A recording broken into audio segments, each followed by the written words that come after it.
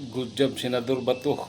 Oh, natatandaan nyo na after ng hinabol si Bato sa loob ng Senado ng mga NBI at kaagad nag-request siya ng replacement ni dating Major General Samonte, yung head ng Sergeant at Arms, at pinalitan agad ito sa request ni Bato na si Major General Aplaska. Oh, good job, Mr. Bato. Matalino talaga to si Bato de la Rosa eh. Yan ang sinasabi ko eh, magaling, matalino eh. Ngayon no, nag-atim na naman na pasukin ng mga NBI yung Senado. Kaya ano nangyari? Sinalubong sila ng mga bala ni Master Sergeant Aplaska. Talaga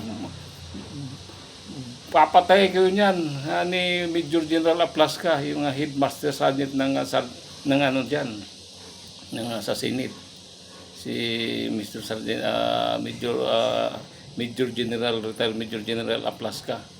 Kaya nga ni-request ni Bato yan eh, kasi magkikipagpatayan yan eh.